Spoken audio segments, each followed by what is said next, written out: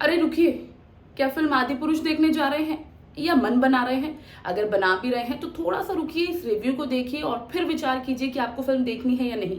क्योंकि साल की ब्लॉकबस्टर फिल्म आदि पुरुष, जिसका सभी को बेसब्री से इंतजार था, एक बड़ी स्टार कास्ट इसमें ली गई थी, लेकिन 600 करोड़ के बजट में बनी फिल्म एक पैसे का भी दिल दर्शकों का जीत नहीं पाई है। मैं हूं आपके साथ नेहा वाली और इसमें हम रिव्यू करने वाले हैं फिल्म आदि पुरुष का और बताएंगे कि क्या कुछ ऐसा है फिल्म में जिसकी वजह से लोग इसे क्रिटिसाइज भी कर रहे हैं और साथ ही साथ अपनी भावनाओं के आहत होने की बात कह रहे हैं। क्योंकि आप इस फिल्म में जाकर पैसा तो बर्बाद करेंगे करेंगे और आपका जो धार्मिक भावनाएं हैं उनको भी ठेस पहुंच सकती है।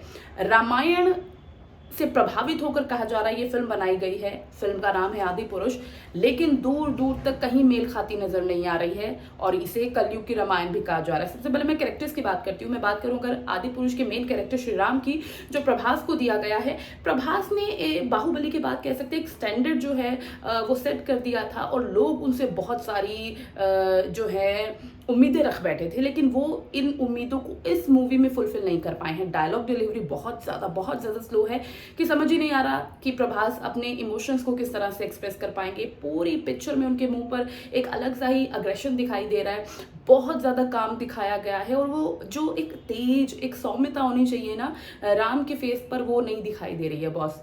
तो यहाँ पर मैं प्रभास की एक्टिंग से बहुत ज़्यादा डिसअपॉइंटेड हूँ। और इसी के साथ अगर मैं बात करूँ रावण की, रावण ने कैरेक्टर को बांधे रखा, लेकिन रावण के वेशभूषा के साथ इतनी ज़्यादा छेड़खानी कह सकते की गई है। भाई रावण ने स्पाइक्स रखे हैं, साइड से हेयर कट किया हुआ है। पूरी मूवी में आपको रावण का एक भी सीन ऐसा नजर नहीं आएगा जहाँ पर वो मुकुट पहने नजर आए, आपको लगे कि हाँ भाई असल में कोई रावण है। और चाल, पूरी इस तरह की कोई चाल रावण की रखी गई है जो बहुत ही अटपटा लगता है। बाय गॉड, जब भी रावण आता है और इस तरीके से चलता है तो बहुत ही अजीब लगता है। स्पेशली उसका हेयर कट बहुत ज़्यादा बुरा लग रहा है। और कंपैरिजन किया जा रहा है कि जो रावण सबसे बड़ा ब्राह्मण था वो किरदार एक मुस्लिम प्ले कर रहा है। हालांकि मैं इस चीज़ को बिल्कुल भी तवज्जो नहीं देती हूँ, क्योंकि कैरेक्टर हैं तो अलग अलग कैरेक्टर जो जिस पर अच्छा लगेगा वो वही करेगा। तो सैफ अली खान ने रोल को बांधे रखा, लेकिन जिस तरीके की उनकी वेशभूषा थी वो लोगों को बिल्कुल पसंद नहीं, मुझे स्पेशली बिल्कुल पसंद नहीं आई। अच्छा, एक सीन आता है बीच में जहाँ पर वो एनाकोंडा से मसाज ले रहे हैं। भाई रावण था और मैंने तो कहीं दूर दूर तक कभी ना ऐसा सुना, ना पढ़ा, ना देखा, पिछले रामायण में भी नहीं देखा कि रावण एनाकोंडा से मसाज ले रहा है। बहुत आराम से बैठा है और एनाकोंडा से मसाज ले रहा है। बहुत सारे बड़े बड़े अजगर सांप उसके आसपास हैं और वो आराम से मसाज ले रहा है। इतना बड़ा राजा रावण, लंका का राजा रावण, उसके पास मतलब वो खुद अपने औजार की रिपेयर कर रहा है, वो खुद अपनी तलवार को ठोकता हुआ नजर आ रहा है। इतना बड़ा लंका का रावण, उसके पास कोई इंसान, कोई भी दास दासी नहीं था जो उसका ये काम कर सकता। मतलब सेल्फ डिपेंडेंट दिखाया गया, ये कह सकते हैं हम। और सोने की लंका में रहने वाला रावण पूरी फिल्म में आपको एक काले महल में दिखाई देगा। मतलब कोई काल कोठरी टाइप का महल उसका बनाया गया है, पूरे महल में अंधेरा अंधेरा, मतलब दूर दूर तक कहीं आपको कोई उजाला कुछ नहीं नजर आएगा। चश्मा लगा के भी आपको बड़ी परेशानी होने वाली है ये मूवी देखकर। तो सोने की लंका का तो दृश्य कहीं भी नहीं दिखा। उसके बाद अगर मैं बात करूँ उसके भाइयों की, मेघनाथ की मैं बात करूँ, कुंभकर्ण की मैं बात करूँ, तो जिस तरह के कैरेक्टर दिखाए गए हैं, पूरे एक मतलब शरीर पर टैटू ही टैटू नजर आ रहे हैं। उसके बेटे का जो कैरेक्टर दिया गया है, पीछे चुटिया बनाई हुई है और बड़ा ही मतलब अतरंगा सा अंदाज दिखाया गया है। अब मैं बात करूंगी रामदूत हनुमान की।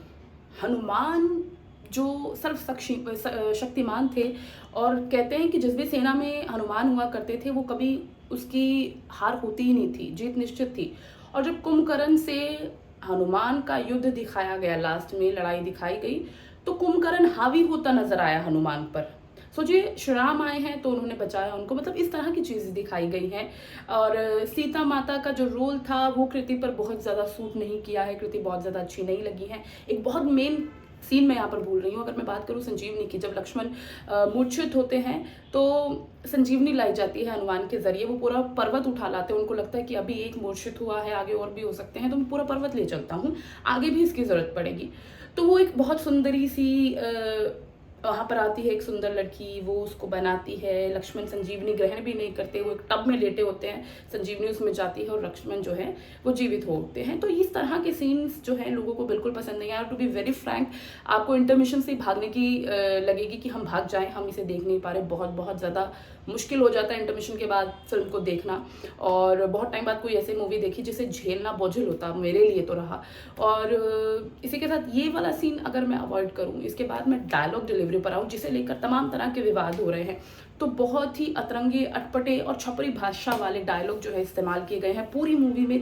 स्पेशली हनुमान जी करते हुए नजर आए हैं जब उनकी पूंछ में आग लगा दी जाती है, तो तेल भी तेरे बाप का, आग भी तेरे बाप की, कपड़ा भी तेरे बाप का, जलेगी भी तेरी, इस तरह के डायलॉग इस्तेमाल किए गए हैं। डायलॉग ये भी इस्तेमाल किया गया कि जब लक्ष्मण मूर्छित हो जाते हैं कि मेरे एक सपोले ने तेरे शेष नाग को लंबा कर दिया, तो सोच अभी पूरा पिटारा खुलना बाकी है, तो भैया खोल दो पिटारा, हम भी देखे, जब पूरी मूवी देखकर झेल लिया है तो ये भी झेल लेंगे।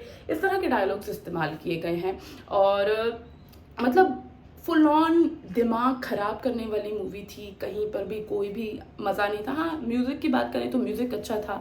जब भी म्यूज़िक आता था सियावर राम या फिर वो जय हनुमान, तो वो सुनकर थोड़ा अच्छा लगा। लेकिन इस 2-2.5 घंटे की मूवी में कहीं भी आपको वो रामायण वाला फील नहीं आने वाला है, क्योंकि मेकर्स का खुद कहना है कि हमने उस मूवी से प्रभावित होकर आदि पुरुष बनाई है। हम रामायण का एक छोटा सा अंश दिखा रहे थे, लेकिन अंश दिखाते दिखाते शायद वो ये भूल गए कि हम अपने महाकाव्य से छेड़खानी कर रहे हैं, हम पात्रों को ठीक ढंग से प्रस्तुत नहीं कर रहे हैं, उनकी वेशभूषा से छेड़खानी कर रहे हैं, जो दर्शकों को बिल्कुल पसंद नहीं आया है। और लोग जो हैं थिएटर से बाहर आने के बाद सिर्फ गाली दे रहे हैं। तो ये रिव्यू देखने के बाद आपको कैसा लगा? आप अभी भी क्या मूवी देखना चाहेंगे? तो कमेंट बॉक्स में ज़रूर बताइए। और अगर आप मूवी देखकर आ गए हैं तो आपको कैसा लगा ये भी ज़रूर बताइए। मुझे ये मूवी बिल्कुल पसंद नहीं आई और मैं 10 में से सिर्फ इसे 2 नंबर देना चाहूँगी। तो कैसी लगी आपको ये वीडियो? कमेंट बॉक्स में ज़रूर बताइए, और ऐसी और अपडेट्स के लिए चैनल को सब्सक्राइब करना बिल्कुल ना भूलिए।